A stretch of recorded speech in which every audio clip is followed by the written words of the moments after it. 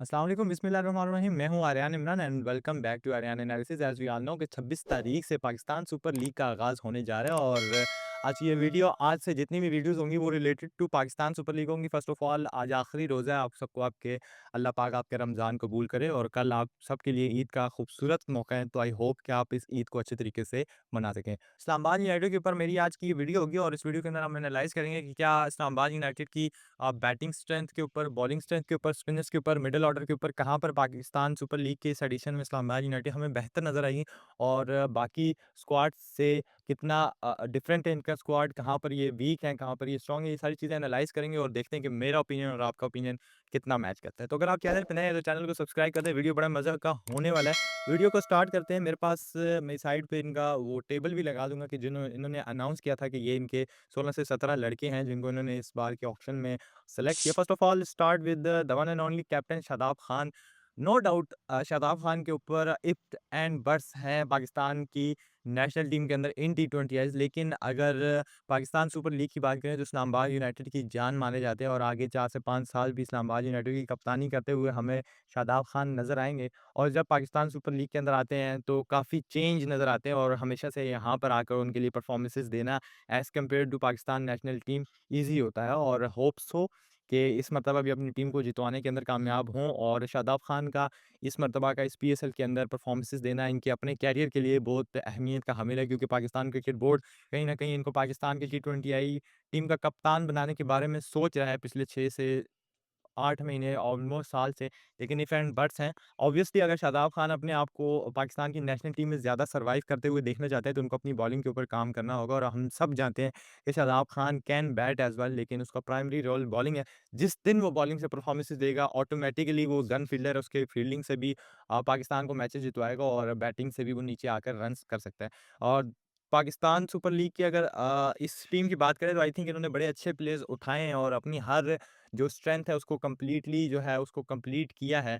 और दूसरा प्लेयर जो है इन्होंने उठाया है इस मर्तबा वो है राणा फ़हीम अशरफ। राणा फ़हीम अशरफ नो डाउट इस मर्तबा अगर वर्ल्ड कप की भी बात करें तो शायद आपको याद हो एक मैच नीदरलैंड के खिलाफ हमें राणा फ़हीम अशरफ ने ही जितवाया था। अगर हम वो मैच हारते तो शायद हम वर्ल्ड कप से बाहर हो जाते। तो ऑब्वियसली राणा की टी20 के अंदर पाकिस्तान के लिए परफॉर्मेंसेस हैं और सही तरीके से अगर उनको यूटिलाइज़ नहीं किया गया तो इसमें राणा की कोई गलती नहीं है। और राणा फ़हीम अशरफ को 8.5 करोड़ में उठाने की सबसे बड़ी रीज़न ये है कि पिछला साल जो उनका गया है क्वेटा के लिए और obviously with the bat, with the ball top performances रही हैं और वेलकम बैक शेरूज़ की टीम के अंदर आपको वेलकम किया जाता है और आपको दोबारा इस्लामाबाद यूनाइटेड ने उठाया। होप्स हो कि आप न्यू बॉल के साथ पूरे 4 ओवर आपको शादाब खान करवाएँ और आप बैटिंग में भी ऑब्वियसली रन्स करने के लिए आप बड़े बेताब भी होते हैं और आपके रन्स आते हैं बल्ले से।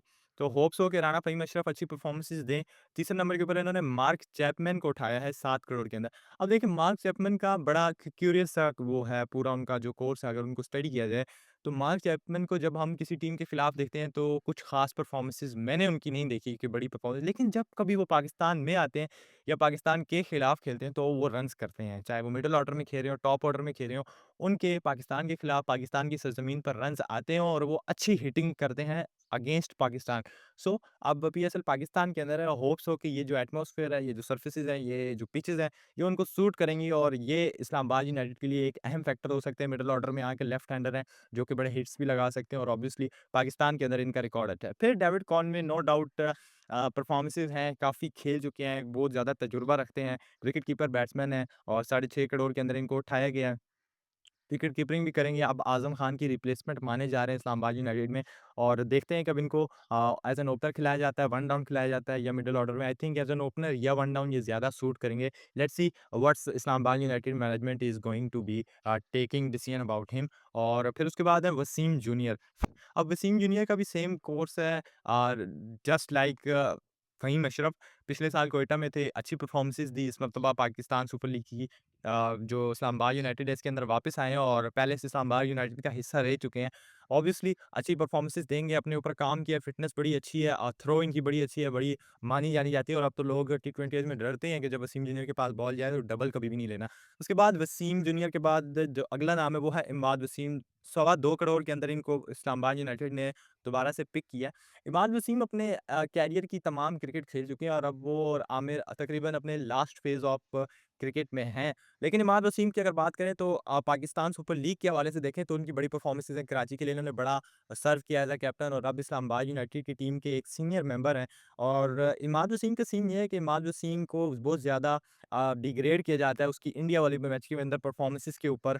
जब वो मैच हम हारे थे तो उसका कहीं न कहीं कसूरवार पाकिस्तान की जो फैन्स हैं वो इमाद वसीम को समझते हैं और आई थिंक उनकी परफॉर्मेंसेज़ अप टू द मार्क नहीं थी। लेकिन उसके बावजूद अगर इस इमाद वसीम का ओवरऑल कैरियर देखें तो he is a very promising allrounder who can bat as well in the middle in the lower middle order and also he can ball in power play after the power play and at the depth overs in 16th और 17th over. और उसका जो सबसे अच्छा चीज़ है कि उसका armour जो है एंगल के साथ बॉल अर्ली ऑन अंदर आता है और वो बाहर भी बॉल करता है।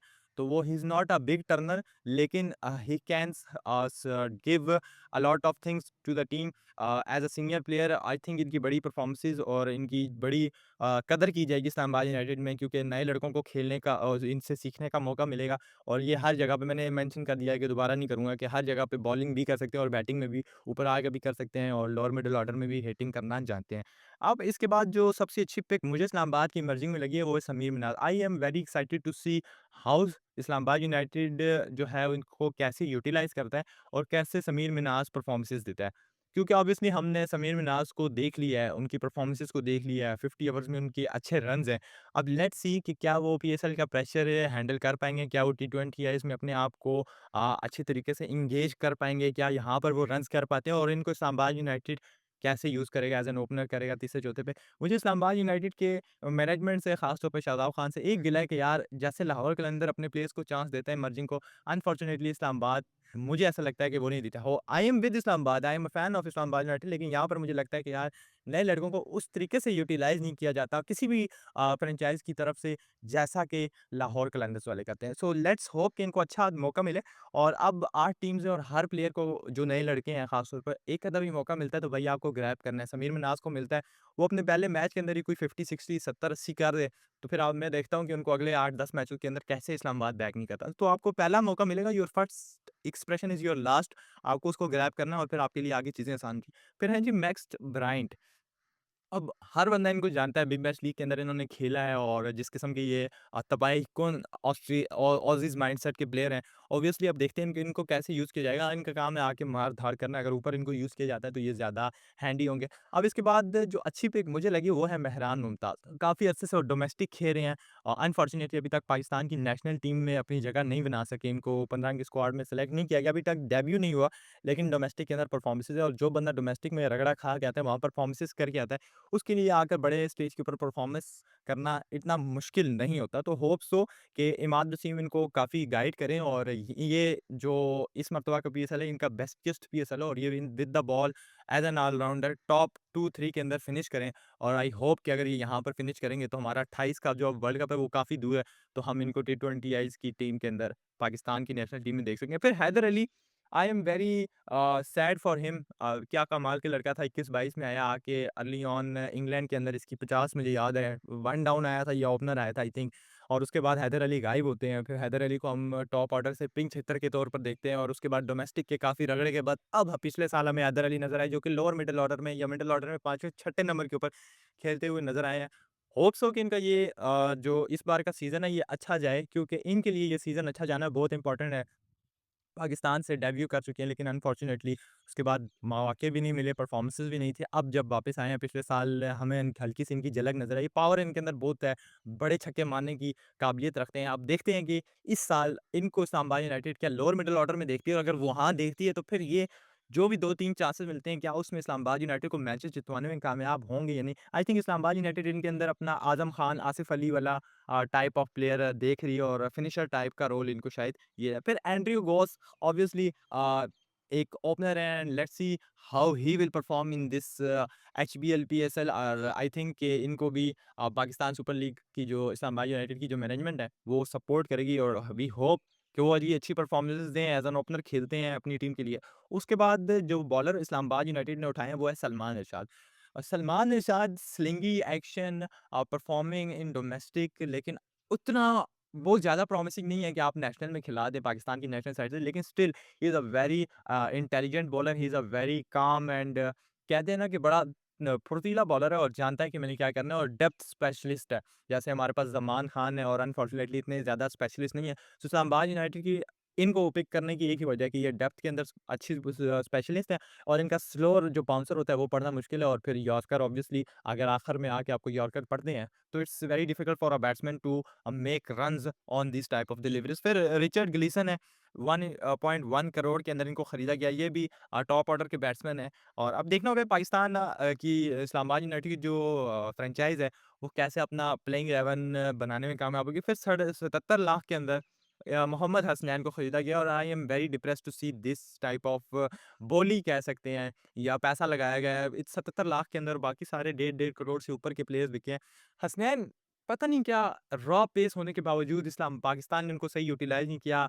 टी20 आईसीसी के अंदर रगड़ा खाते रहे, ओडीआईज़ के अंदर उतने चांसेस नहीं मिले और ये और नसीम और धानी 21-22 के अंदर एक साथ ही थे और फिर नसीम का कैरियर अच्छा गया लेकिन अनफॉर्चुनेटली अच्छी पेस होने के बावजूद रन्स इनको बहुत ज़्यादा होते थे जिसकी वज़ह से ये पाकिस्तान के इंटरनेशनल सर्किट के अंदर अ, उस तरीके से अपने आप को यूटिलाइज़ नहीं कर सके, अपने आप को एंगेज नहीं रख सके। फिर समीन गुल हमने इनको देखा है इस्लामाबाद से अब खेलेंगे पिछले साल ये अपना पेशावर से खेल चुके हैं काफ़ी और अर्ली ऑन इनका swinger Naveen ul Haq type of bowler हैं। लेट्स होप कि ये अच्छी परफॉर्मेंसेज़ दें। फिर मीर हमज़ा सज्जाद ये भी राइट आर्मर हैं और फास्ट बॉलर हैं। लेट्स सी ये कैसा परफॉर्म करेंगे। सो जी अगर पाकिस्तान सुपर लीग की इस टीम की बात करें, इन्होंने ऑलराउंडर्स अच्छे उठा लिए। इनके पास शादाब, इमाद वसीम, मेहरान मुमताज़, फ़हीम अशरफ जैसे प्रॉमिसिंग ऑलराउंडर हैं। फिर अगर फ़ास्ट बॉलर्स की बात करें, तो इनके पास फ़ास्ट बैटरी का लीडर की कमी मुझे नज़र आती है, जैसे Naseem, Shaheen, Haris, Aamir type of bowler नहीं है, इनके पास कोई बड़ा बॉलर नहीं है।